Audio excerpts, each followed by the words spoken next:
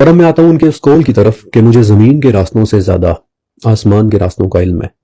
اور ان راستوں کو مکمل طور پر انڈرسٹینڈ کرنے کے لیے آپ کو نہج البلاغہ کا اوریجنل عربک متن دیکھنا ہوگا، کہ جہاں حضرت علی فرماتے ہیں کہ انا بطرق السماء اعلم من بطرق الارض، میں زمین کے راستوں سے زیادہ آسمان کے راستوں کا علم رکھتا ہوں۔ ترک کیا ہوتا ہے؟ یہ ترک، یہ لفظ انفیکٹ اسی قرات کے ساتھ قرآن پاک میں بھی آیا ہے، سورہ مومنون آیت نمبر 17، وَلَقَدْ خَلَقْنَا فَوْقَكُمْ سَبْعَ طَرَائِقَ،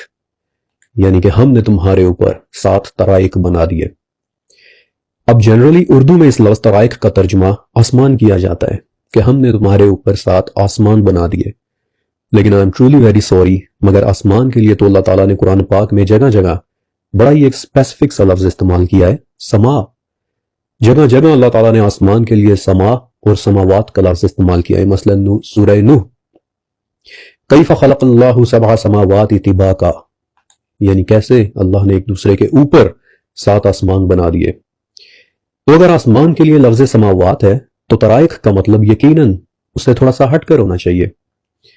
اب 44 تفاسیر، میں نے آپ کو اکثر بتایا ہے کہ یہ جو ویڈیوز آپ دیکھتے ہیں انہیں میں بڑی محنت سے تیار کرتا ہوں، ان کے پیچھے 44 تفاسیر سے اکٹھا کیا گیا علم ہوتا ہے۔ 44 تفاسیر میں اس لفظ طرائق کے 3 مطلب لیے گئے ہیں۔ پہلا مطلب 7 آسمان، اور اسے ہم پہلے ہی ایکسکلوڈ کر چکے ہیں کہ یہ نہیں ہو سکتا، کیونکہ آسمان کے لیے اللہ تعالیٰ نے ایک بہت ہی اسپیسیفک لفظ استعمال کیا ہے، سما۔ دوسرا مطلب 7 قراتیں، کچھ اسکالرز کا کہنا ہے کہ ان طرائق کا مطلب 7 قراتیں ہیں، کہ ہم نے تمہارے اوپر 7 قراتیں رکھی ہیں۔ بائی دی ویز یہ 7 قرات والی بات صحیح حدیث میں ہے کہ قرآن پاک واقعی 7 قراتوں میں نازل ہوا ہے، تمہیں جس طرح سے آسانی ہو اسی طرح سے پڑھ لیا کرو۔ لیکن اس آیت میں بات تخلیق یعنی کریشن کی ہو رہی ہے، قرات کی نہیں، اس لیے قرات والی انٹرپریٹیشن ادھر زیادہ کنونس نہیں کرتی، لہٰذا میں نے 17 عربی ڈکشنریز میں اس لفظ طرائق جو کہ پلورل ہے اس کی ڈیفینیشن ڈھونڈی ہے، سائیڈ بائی سائیڈ 17 ڈکشنریز کو ایک ساتھ رکھ کے۔ یہ ڈکشنریز 8ویں صدی سے لے کر سن 2008 تک کی لکھی ہوئی ہیں، یعنی ان میں ہر ایک دور کی ڈیفینیشن لکھی ہوئی ہے، اور ان ڈکشنریز میں سے چند ایک کے نام بھی میں آپ کو بتا دیتا ہوں تاکہ اگر آپ خود سے ویریفائی کرنا چاہیں تو ضرور کر لیں۔ کتاب الغین، کتاب الجیم، تہذیب اللغہ، تاج اللغہ اور لسان العرب وغیرہ، اور ان سب میں مجھے اس لفظ طرائق کا ایک ہی مطلب ملا ہے کہ وہ راستہ کہ جس پر سفر کیا جا سکے، وہ راستہ کہ جسے اسپیشلی ہموار کیا گیا ہو، جسے چلنے کے لیے تیار کیا گیا ہو، اوبڑ کھابڑ نہیں بلکہ وہ صاف ستھرا خوبصورت راستہ کہ جس پر سے چیزیں آتی اور جاتی ہیں۔ یعنی کہ سادہ الفاظ میں کہوں تو ہمارے اوپر 7 راستے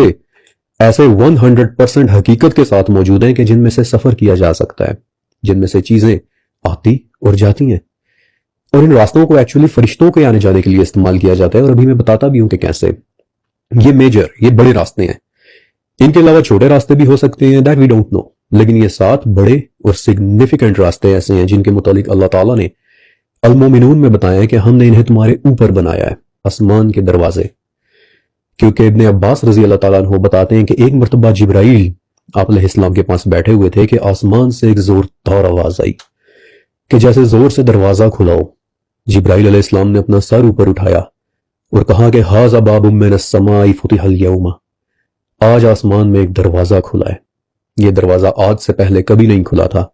اور اس میں سے وہ فرشتہ زمین پر اتر آئے کہ جو آج سے پہلے کبھی نہیں اترا تھا۔ آسمان کے دروازے، وہ راستے کہ جن سے فرشتے سفر کرتے ہیں، انہی راستوں سے چیزیں چڑھتی اور اترتی ہیں۔ آسمان کے راستے،